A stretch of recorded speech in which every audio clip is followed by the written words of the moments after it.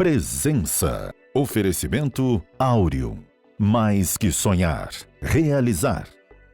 E Vista Azul Hotel. A Europa pertinho de você.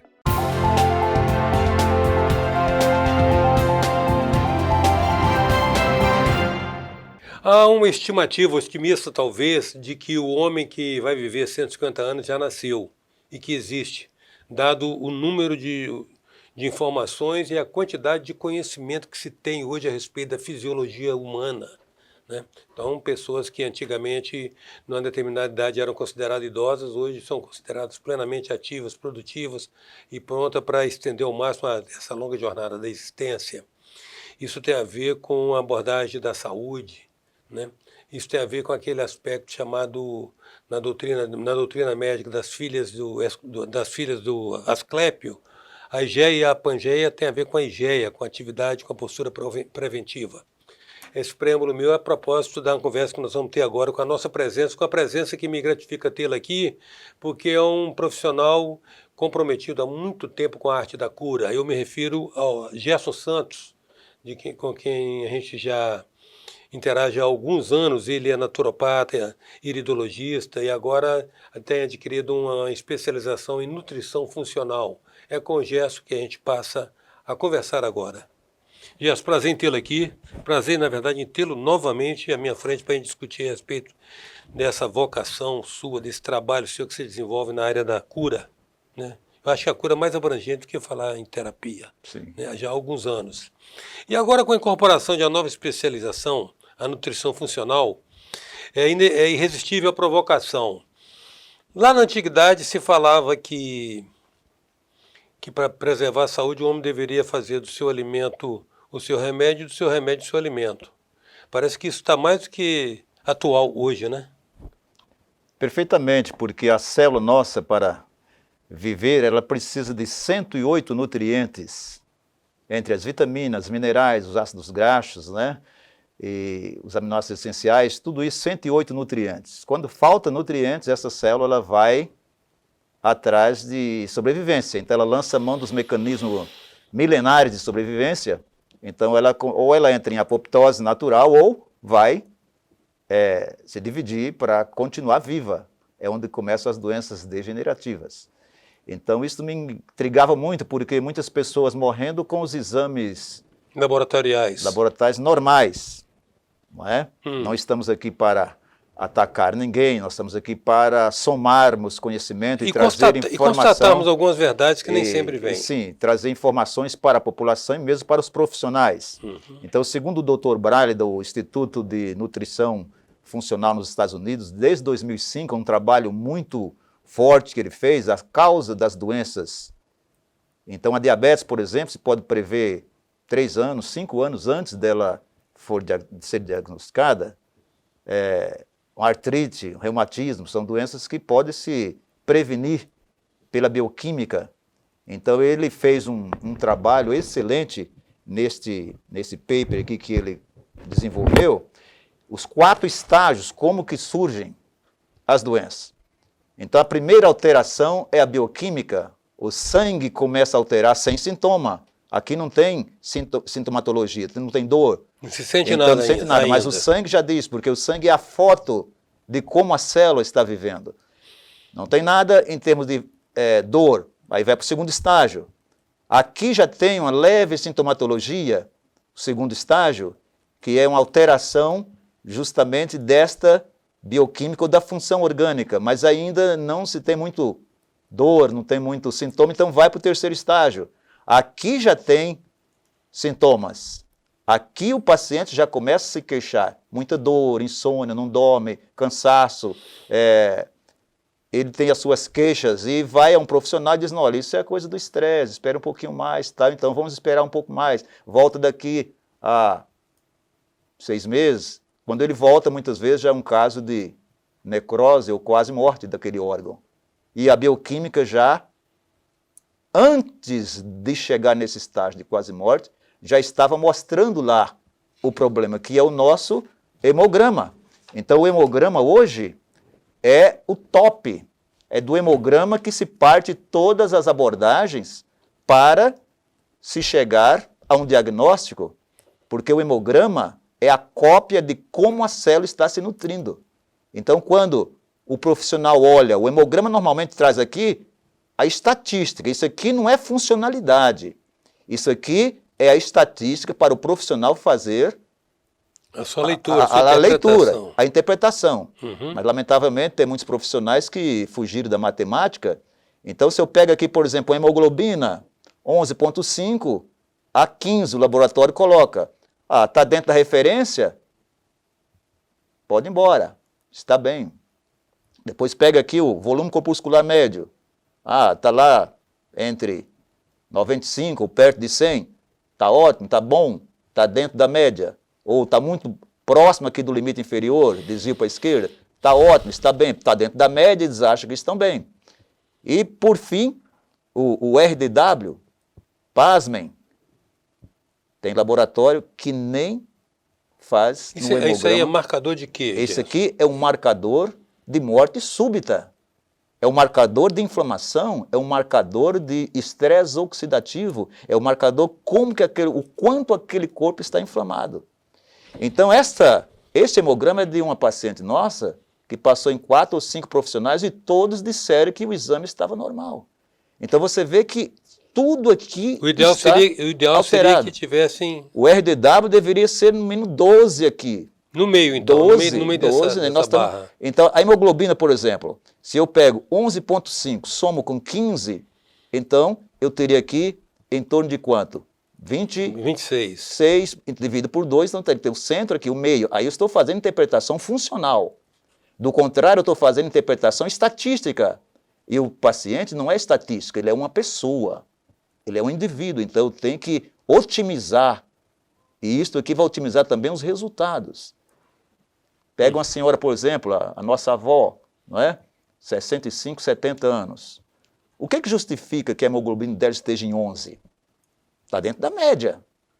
Mas uma senhora que não perde mais sangue, não menstrua mais, então ela não poderia estar em 11. Em 11 já é o limite inferior.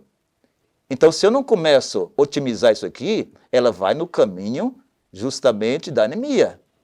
11, alguns laboratórios colocam aqui a estatística, 11 já é anemia. Só que eu vou esperar chegar em 10 para começar a ajudar esta paciente, então por aí vai. E o RDW, ele é de grande importância porque ele mede também o quanto de células pequenas e células grandes estão circulando junto. Por exemplo, você tem uma fábrica de pires. O normal da máquina de pires é produzir pires de todos do mesmo tamanho. Daqui a pouco aparecem uns pires pequenos, uns pires grandes. Lá na qualidade de produção da empresa, o que está ocorrendo? A máquina está desregulada. Tem que ajustar.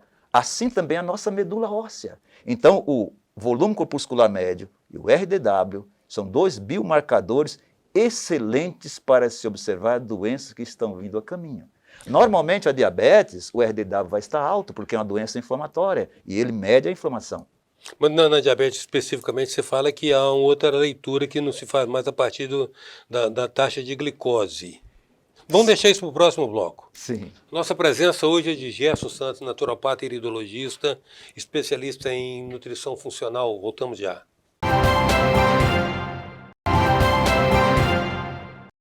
Voltamos com a presença do naturopata e iridologista e especialista em nutrição funcional, Gerson Santos. Especialista em nutrição funcional, poderia se dizer nutrólogo? Não, nutrólogo seria médico, né? Médico, né? Tem que ter uma formação acadêmica. Vamos retomar o questionamento que eu te fiz no encerramento do bloco anterior. Hoje é uma reavaliação do critério de aferição, de marcação da diabetes, que não seria mais baseado na taxa de glicose, mais no índice da insulina. Sim, porque antigamente a Associação Mundial de Diabetes colocava 110 Sim. diagnóstico de diabetes. 109 já não era diabetes. Olha que paradoxo. 109, um décimo apenas, eu não era diabético. 110 já era diabético. Aí baixaram. Agora é 100.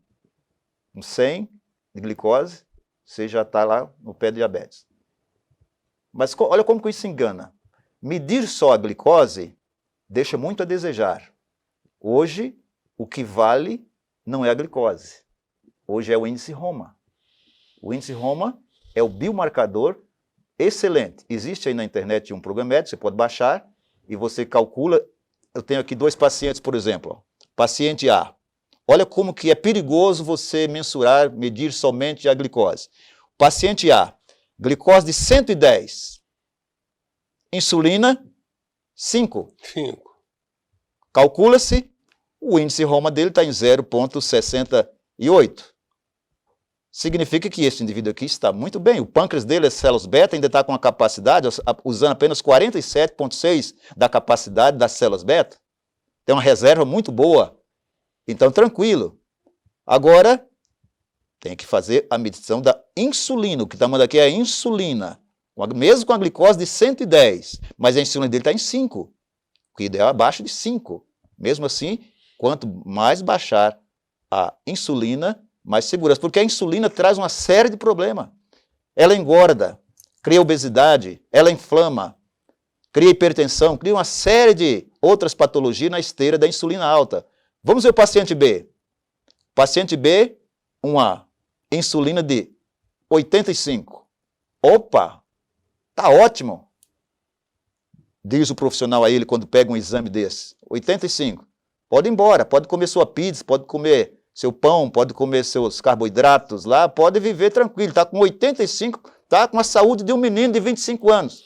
Mas esqueceram de olhar a insulina dele quanto estava. Aqui estava a insulina com 18. Não, você falou 85, então era o índice de glicêmico, a glicose. Glicose. Uhum. Agora a insulina. Olha a insulina. A insulina 18. O que gera o índice Roma. Olha o índice Roma dele. 2,26. Diabetes. Pela Associação Mundial de Endocrinologistas é 1,8 ou até 2 no máximo. Esse aqui já ultrapassou. Então as células beta dele já está pisando fundo no acelerador. Olha só. 186%. As células beta já não tem mais reservas, quase acabando a reserva. Num caso deste, tem que pedir o peptídeo C para ver se esse pâncreas já não está estrangulado lá, porque com esta insulina de 18, é muito perigoso, já é diagnóstico de diabetes. Não é? Então o profissional tem que entrar urgente aqui com a qualidade de vida nesse paciente, senão ele vai perder esse paciente aqui. E aquela pessoa que vem reclamando há muitos anos, e muitas queixas, muitos remédios, muitas interferências, mas não dá resultado porque a insulina dele, a resistência à insulina está muito alta. Ô Gerson, a melhor dieta, a mais saudável, comprovadamente, se existir, a melhor dieta, ela prescinde, ela dispensa a suplementação? Olha, por melhor que seja o estilo de vida hoje, precisa da suplementação devido à depredação do solo, né? Nosso solo hoje está pobre em magnésio, em selênio, em manganês, enfim, todos esses oligoselementos que vêm da nossa querida Mãe Terra. A Terra hoje está cheia de agrotóxicos demais, estão depredando nosso solo. Então você pega uma fruta bonita, linda, um tomate lindo, tal, aquilo ali está cheio de agrotóxicos, não é mais alimento, é um produto alimentício. Você chega numa gôndola hoje do supermercado, você vê lá, nas prateleiras, né? Produtos alimentícios, não temos mais alimentos. Então, se nós pudermos encontrar os orgânicos aí, mesmo assim, ainda precisamos fazer a suplementação, porque a suplementação nos ajuda a trazer estes 108 nutrientes para a capacidade da nossa célula tornar-se funcional. Como é que a gente vê assim, eu comecei a nossa conversa de hoje falando a respeito do nível de informação que se tem hoje a respeito da fisiologia humana, né, que nos permite também sermos otimistas na medida que um diagnóstico tempestivo, um diagnóstico a tempo permite fazer uma correção de rota. Nesse aspecto até eu quero lembrar que você falou de antecipação de diagnósticos aqui, mas a iridologia permite antecipar diagnóstico, né? Sim, porque a iridologia ela vai trabalhar com a estrutura do genoma, não é? Ela pega lá o genoma e mostra as tendências naquela área, naquele órgão. Predisposições orgânicas. Porque ninguém adoece do que quer. Eu vou escolher ter uma patologia hepática ou cardíaca. Ninguém escolhe. O órgão mais fraco, no caso de uma intoxicação, é aquele que vai pedir a conta primeiro, não é? Então a íris é muito útil. Agora, somando a íris juntamente com a nutrição, porque uma diabetes, por exemplo, você pode também, através do hemograma, você pode prever o caminho que esta pessoa está indo. Diabetes, a pessoa não deita sem diabetes e acorda com diabetes. Aliás, toda patologia quase ela é construída normalmente por hábitos, né? Sim, por construída hábitos. por hábitos, que recorrentemente vão empilhando tijolinhos naquela patologia. Por hábitos, e justamente a qualidade de vida é o melhor investimento, que é a prevenção. O meu pai, por exemplo, morreu com 97 anos, nunca tomou antibiótico, nunca tomou injeção. Morreu de morte natural, falência múltipla, mas com 97 anos. Eu já estou com 65, vamos ver se eu chego lá no Você tem um crédito caminho. Umas 3 décadas, então. A presença hoje é do naturopata e iridologista e especialista em nutrição funcional, Gerson Santos. A gente volta já. Voltamos com a presença do naturopata e iridologista e especialista em nutrição funcional, Gerson Santos. Gerson, eu quero ver com vocês um outro tema que é atraente, interessante e instigante, essa revisão, esse revisionismo que se está fazendo de certas dietas. Tem alimentos que são vilanizados numa certa época, depois são resgatados, são redimidos, outros passam a ser proscritos, né? Nós temos o exemplo do café. O café durante muitos anos foi proscrito, principalmente para pessoas que tinham as chamadas pessoas nervosas. Depois ele se resgata como um excelente estimulante cerebral. O ovo então era o agente do colesterol. Hoje há uma defesa veemente do ovo como um dos melhores alimentos que existe. Ao mesmo tempo, nós temos situações que são interessantes de acompanhar, porque na medida que há uma consciência da população, a gente se questiona como é que fica todo o aparato econômico envolvido na produção desses alimentos, como, por exemplo, trigo e leite. Parece que é indiscutível a questão do glúten e também a questão da lactose. Como é que você vê isso? Eu vejo sempre a questão mercadológica ou os interesses econômicos. Os interesses econômicos, né? Porque já tem muitos trabalhos mostrando que o leite ele é mais prejudicial do que benéfico, não é? O tempo que não permite a gente apresentar esse trabalho, mas já existe. Quem quer buscar informações hoje, sabe-se que o leite hoje está muito cheio de hormônios. Coloca-se um hormônio, a vaca prenhe, continuar dando leite, injeta-se hormônios para que ela não pare de produzir leite. As vacas antigamente, lá no sítio, que viviam livres lá, comendo capim normal, tal, sem estar em confinamento, hoje é tudo confinado e tudo com antibiótico, né? Então isso vai para o leite. Quem te garante hoje que o leite que você está tomando não está cheio de antibiótico? Então aí vem os problemas de seios, problemas de próstata, problemas de útero e por aí vai. Esses antibióticos de animais em produtos como leite e outros, né? Carnes também de alimentos animais confinados. Então tudo isso aí nós temos que ficar com o mais natural possível. Aí pergunto, mas de onde é que vamos tirar o cálcio? Já tem estudos também mostrando que o cálcio do leite ele não é tão assimilável. Ele causa mais problemas do que ajuda. Esse cálcio não metabolizado ele vai endurecer nas artérias, então estão aí as doenças coronarianas, né? AVC, Alzheimer, Parkinson, doenças cerebrais, tudo isto, falta de oxigenação no cérebro e o corpo da pessoa vai inflamando. Está uma pandemia hoje de inflamação. Então o RDW que nós falamos ali agora há pouco, ele também é um marcador de doenças inflamatórias. Então esse aqui é um trabalho que foi feito em 2005, mostrando que todas as pessoas que tinham RDW mais de 12, 8.175 pessoas, em 20 anos de segmento, nenhum deles mais estavam vivos com 20 anos, porque o corpo estava inflamado.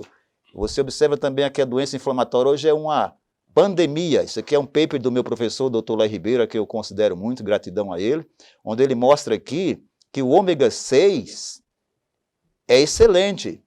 Só que o ômega 6, se esta enzima estiver alta, que é a D5D, que é a delta 5 desidrogenase, se esta enzima desaturase, né, delta 5 desaturase, se esta enzima estiver alta, o corpo estando inflamado, ela vai bloquear o ômega 6 e transformá-lo em ácido araquidônio, que é inflamatório. Aumenta a inflamação. E aonde é que nós encontramos ômega 6 hoje? Todos os óleos refinados, seja de soja, girassol, milho, todos esses óleos refinados, além do refino, eles foram hidrogenados e acrescentaram ômega 6. Então, a insulina alta, volta a insulina, aumenta a enzima D5D, transforma em ácido araquidônico pró-inflamatório, prostaglandinas tipo 2, pró-inflamatório. Então, as pessoas estão inflamadas. Quase todo mundo hoje tem dor, reclama de dor. É uma pandemia a inflamação subclínica. Quase todo mundo, você faz uma PCR ultrassensível, está lá em cima. Você faz uma homocisteína, está lá em cima. Os biomarcadores da inflamação. Você faz o ácido úrico e vai estar lá em cima. Porque as pessoas estão comendo alimentos pró-inflamatórios. E o leite é um deles. E o insuperável e delicioso pãozinho crocante. Pão francês crocante. Aí... Para generalizar, né? Para falarmos de tudo que vem do trigo, dos biscoitos, das massas, das pizzas, tudo. Sim, aí já entramos na questão das doenças ligadas ao intestino, as doenças ligadas às alergias, às intolerâncias e também a hipersensibilidades, que alguns nutricionistas não fazem essa distinção, como os nutrólogos lá, os nossos professores fazem, porque a alergia é uma coisa, intolerância é outra coisa bem diferente, hipersensibilidade é outra coisa. Então, a maioria, quase que 90% da população hoje tem algumas destas intolerâncias ao glúten. Aí diz, mas tem que ser doença celíaca? Não, nem sempre. Não quer dizer que são só os celíacos que têm intolerância ao glúten, porque a gliadina e a glutenina são duas proteínas, o que elas fazem no intestino?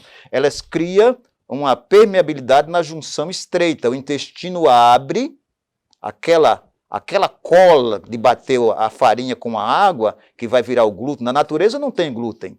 A natureza é construída quando você pega a farinha, mistura com a água e bate ali aquela cola, aquela liga. Aquilo ali vai grudar lá na junção estreita do intestino e vai criar aberturas. Então vão passar pedaços de alimentos não digeridos para o sangue e vai criar o que se chama de homologia estrutural. A estrutura já está parecendo com a sua tireoide, está parecendo com o seu pâncreas. Aí começa as doenças degenerativas, o intestino, o corpo começa a agredir a ele mesmo, causado por um alimento ao longo tempo usando como alimento, na realidade, aquilo está prejudicando não só a microbiota intestinal, como também os colonós, que é o revestimento das células do intestino delgado, e também os colonócitos, que é o revestimento do intestino grosso.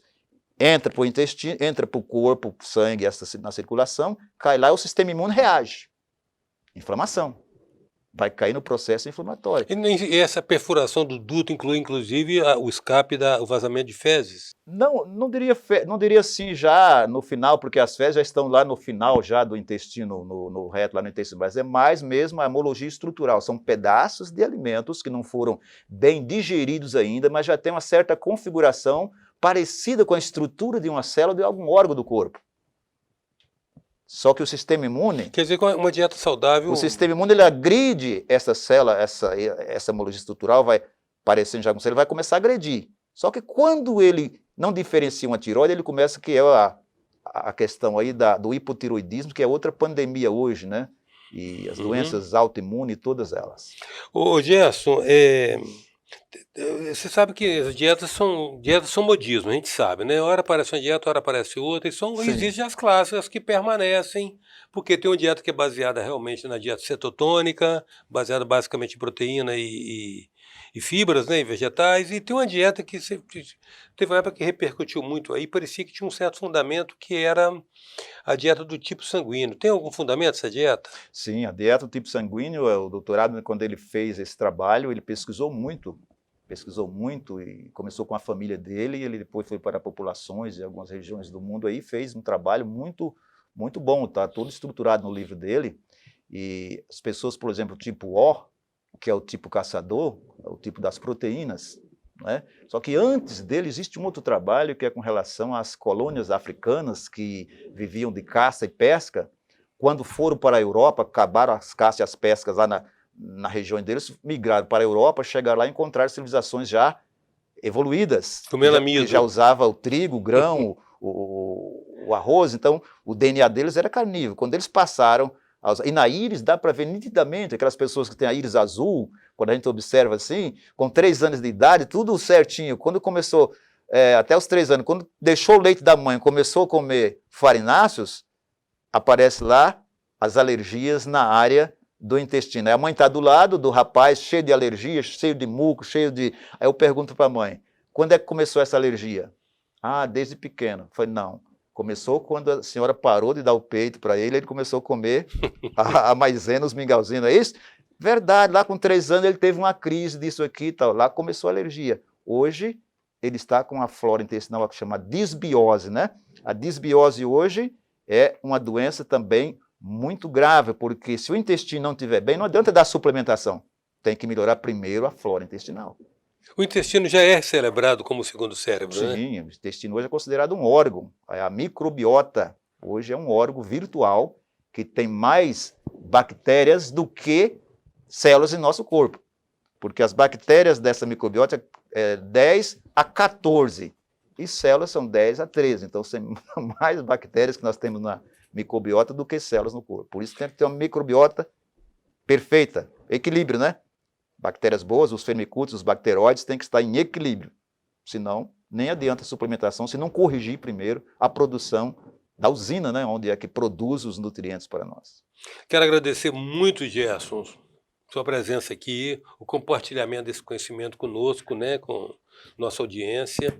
E me congratular, cara, com esse trabalho que você faz já, essa estrada longa que você tem, semeando essas noções tão fundamentais de saúde. Muito grato pela sua presença. Muito obrigado. Nós temos um projeto aí, no próximo dia 9, nós fazemos palestra, fazemos workshop, fazemos oficinas, e dia 9 começaremos no bairro Ponta da Fruta. Vamos ter ali uma semana, uma oficina de saúde. Você está convidado, os amigos aí. Vai ser um prazer. Estão convidados, começamos dia 9 até o dia 16, todos à noite vamos ter nossos aparelhos que medem o corpo, medem as vitaminas, medem os minerais por biorressonância, vamos ter tudo isso lá à disposição da população. Hoje a presença do naturopata e iridólogo e especialista em nutrição funcional, Gerson Santos. Até já.